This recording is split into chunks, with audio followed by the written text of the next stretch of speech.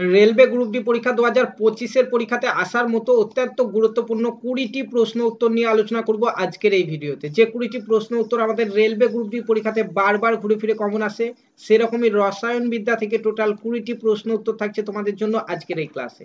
তো ক্লাসটি প্রথম থেকে শেষ পর্যন্ত দেখবে, পাশাপাশি রেলওয়ে গ্রুপ ডির পরীক্ষার জন্য যদি প্রিপারেশন নিচ্ছ অবশ্যই চ্যানেলটিকে সাবস্ক্রাইব করে পাশে থাকা বেল আইকনটি প্রেস করে নেবে। আজকে হচ্ছে আমাদের টোটাল 29 নম্বর ক্লাস। এর আগে 29টি ক্লাস হয়ে গেছে, যারা দেখোনি তারা প্লে লিস্ট থেকে প্রত্যেকটি ক্লাস দেখে নিতে পারো। দেখো ফার্স্ট কোশ্চেন, দেখো ফার্স্ট কোশ্চেন আমাদের রেলওয়ে গ্রুপ ডি পরীক্ষাতে এসেছিল, বলা হয়েছে এক্স রশ্মির আবিষ্কর্তা কে? এক্স রশ্মির আবিষ্কর্তা কে? তোমরা দেখতে পাচ্ছ এখানে চারটি অপশন কিন্তু রয়েছে, এর মধ্যে এক্স রশ্মির আবিষ্কর্তা কে? তো তোমার এই প্রশ্নের সঠিক অ্যান্সার হচ্ছে অপশন এ। দেখো রন্টোজেন হচ্ছে এক্স রশ্মির আবিষ্কর্তা, তাহলে অপশন এ হয়ে যাচ্ছে আমার এই প্রশ্নের সঠিক অ্যান্সার। চলো নেক্সট 2 নম্বর প্রশ্নটি দেখি। দেখো এটিও আমাদের রেলওয়ে গ্রুপ ডি পরীক্ষাতে আগে এসেছিল, বলা হয়েছে কোন ফলে আসকর্বিক অ্যাসিড থাকে? কোন ফলে আসকর্বিক অ্যাসিড থাকে? চারটি অপশন এখানে রয়েছে তোমরা দেখতে পাচ্ছ। তো এর মধ্যে কোন ফলে আসকর্বিক অ্যাসিড থাকে? তোমার এই প্রশ্নের সঠিক অ্যান্সার হয়ে যাবে দেখো অপশন সি তে রয়েছে। দেখো আমলকি ফলে কিন্তু অ্যাসকর্বিক অ্যাসিড থাকে, তাহলে অপশন সি হয়ে যাচ্ছে তোমার এখানে সঠিক অ্যান্সার। নেক্সট 3 নম্বর কোশ্চেন দেখো। 3 নম্বর প্রশ্নতে বলা হয়েছে যে ফেরিক অক্সাইডের লোহার যোজ্যতা কত? ফেরিক অক্সাইডের লোহার যোজ্যতা কত? তোমার এই প্রশ্নের সঠিক অ্যান্সার হচ্ছে ফেরিক অক্সাইডের লোহার যোজ্যতা হচ্ছে +3, অপশন এ তে রয়েছে দেখো +3 হচ্ছে সঠিক অ্যান্সার। 4 নম্বর কোশ্চেন দেখো। 4 নম্বর কোশ্চেনে বলা হয়েছে নিম্নলিখিত কোনটি বায়ুমণ্ডলে অবস্থিত? নিম্নলিখিত কোনটি বায়ুমণ্ডলে অবস্থিত? দেখো এখানে চারটি অপশন কিন্তু তোমার রয়েছে, তোমার এই প্রশ্নের সঠিক অ্যান্সার হয়ে যাবে দেখো অপশন বি তে রয়েছে দেখো সঠিক অ্যান্সার আণবিক নাইট্রোজেন বায়ুমণ্ডলে অবস্থিত, অপশন বি হচ্ছে সঠিক অ্যান্সার। নেক্সট 5 নম্বর কোশ্চেন দেখো।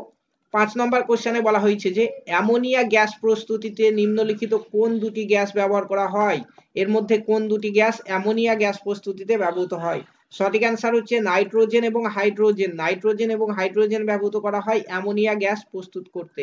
নেক্সট দেখো 6 নম্বর প্রশ্ন, বলা হয়েছে যে এসটিপি তে একটি সম্পৃক্ত দ্রবণ হলো। দেখো এখানে চারটি অপশন কিন্তু তোমার রয়েছে, এর মধ্যে কোনটি সঠিক অ্যান্সার হবে? সঠিক অ্যান্সার হচ্ছে বর্ণহীন লাল। এসটিপি তে একটি সম্পৃক্ত দ্রবণ হলো বর্ণহীন লাল হচ্ছে সঠিক অ্যান্সার, অপশন এ। নেক্সট 7 নম্বর প্রশ্ন দেখো। বলা হয়েছে বিশ্বের কঠিনতম পদার্থ হলো কোনটি? বিশ্বের কঠিনতম পদার্থ কোনটি? তো বিশ্বের কঠিনতম পদার্থ হচ্ছে হীরক, অপশন বি তে রয়েছে দেখো হীরক হচ্ছে সঠিক অ্যান্সার। নেক্সট 8 নম্বর প্রশ্ন দেখো। বলা হয়েছে যে ওয়াশিং সোডা কি? চারটি অপশন এখানে রয়েছে, দেখো এর মধ্যে কোনটি ওয়াশিং সোডা? তো ওয়াশিং সোডা হচ্ছে সোডিয়াম কার্বনেট, অপশন সি তে রয়েছে দেখো সোডিয়াম কার্বনেট হচ্ছে সঠিক অ্যান্সার। 9 নম্বর কোশ্চেনে দেখো। 9 নম্বর কোশ্চেনে বলা হয়েছে যে দেখো এখানে বলা হয়েছে গ্যালভানাইজ লোহার চাদরে প্রলেপ হিসাবে ব্যবহার করা হয় কি? দেখো এখানে চারটি অপশন কিন্তু তোমার রয়েছে, বলা হয়েছে গ্যালভানাইজ লোহার চাদরে প্রলেপ হিসাবে ব্যবহার করা হয়, সঠিক অ্যান্সার হচ্ছে জিঙ্ক ব্যবহার করা হয় লোহার চাদরে প্রলেপ হিসাবে, তাহলে অপশন সি হচ্ছে এখানে সঠিক অ্যান্সার। 10 নম্বর কোশ্চেনটি দেখো। 10 নম্বর কোশ্চেনে বলা হয়েছে নিম্নলিখিত কোন বক্তব্যটি অনুঘটকের ক্ষেত্রে সত্য? দেখো 1 নম্বরে বলা হয়েছে এটি বিক্রিয়ার হার বৃদ্ধি করে, 2 নম্বরে বলা হয়েছে এটি সক্রিয়করণ শক্তি বৃদ্ধি করে, 3 নম্বরে বলা হয়েছে এটি সক্রিয়করণ শক্তি কমায়, 4 নম্বরে বলা হয়েছে এটি বিক্রিয়ার মাধ্যমে ক্ষয়প্রাপ্ত হয়। তো এখানে অ্যান্সারগুলি দেখো এর মধ্যে কোনটি সঠিক অ্যান্সার হবে? তো তোমার এখানে সঠিক অ্যান্সার হয়ে যাচ্ছে দেখো এটি বিক্রিয়ার হার বৃদ্ধি করে 1 নম্বর, আর একটি হচ্ছে এটি সক্রিয়করণ শক্তি কমায়, তাহলে 1 এবং 3 হচ্ছে সঠিক অ্যান্সার, তাহলে অপশন বি তে রয়েছে 1 এবং 3, তাহলে অপশন বি হচ্ছে সঠিক অ্যান্সার। 11 নম্বর প্রশ্ন দেখো। 11 নম্বর প্রশ্নতে বলা হয়েছে নিম্নলিখিতর মধ্যে কোনটি মৌলিক পদার্থ? এর মধ্যে কোনটি মৌলিক পদার্থ এই চারটির মধ্যে? তো এখানে মৌলিক পদার্থ হচ্ছে হীরক, তাহলে অপশন ডি হচ্ছে সঠিক অ্যান্সার। নেক্সট 12 নম্বর কোশ্চেন, যেখানে বলা হয়েছে দেখো নিম্নলিখিত কোন পদ্ধতিতে হাইড্রোজেন গ্যাস প্রস্তুত করা হয়? দেখো এখানে অনেকগুলো অপশন রয়েছে, এর মধ্যে কোন পদ্ধতিতে হাইড্রোজেন গ্যাস প্রস্তুত করা হয়? তো দেখো জলের তড়িৎ বিশ্লেষণের মাধ্যমে হাইড্রোজেন গ্যাস তৈরি হয়, তারপরে লোহিত তপ্ত লোহার উপর দিয়ে বাষ্প চালন করেও কিন্তু হাইড্রোজেন গ্যাস তৈরি হয়, এবং জিঙ্কের সাথে হাইড্রোক্লোরিক অ্যাসিডের বিক্রিয়ার ফলেও কিন্তু হাইড্রোজেন গ্যাস তৈরি হয়। তাহলে তোমার অপশন ডি হয়ে যাবে, উপরের সবকটি হচ্ছে সঠিক অ্যান্সার। 13 নম্বর প্রশ্ন দেখো, 13 নম্বর প্রশ্নতে বলা হয়েছে যে পলিভিনাইল ক্লোরাইডের ব্যবহার, পলিভিনাইল ক্লোরাইড ব্যবহৃত হয়, দেখো এখানে কোথায়, দেখতে পাচ্ছ চারটি অপশন রয়েছে, তোমার এখানে সঠিক অ্যান্সার হয়ে যাবে পলিভিনাইল ক্লোরাইড কিন্তু সিট কভারে ব্যবহৃত হয়, চাদরে ব্যবহৃত হয় এবং রেনকোটেও ব্যবহৃত হয়। তাহলে অপশন বি সবকটিতে ব্যবহৃত হয়, এটি হচ্ছে আমার সঠিক অ্যান্সার এখানে।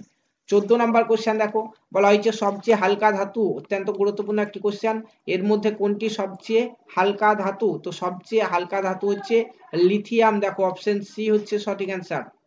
নেক্সট 15 নম্বর কোশ্চেনটি দেখো, বলা হয়েছে যে পিতল এবং ব্রোঞ্জ জাতীয় সংকর ধাতুগুলি কি ধরনের মিশ্রণের উদাহরণ?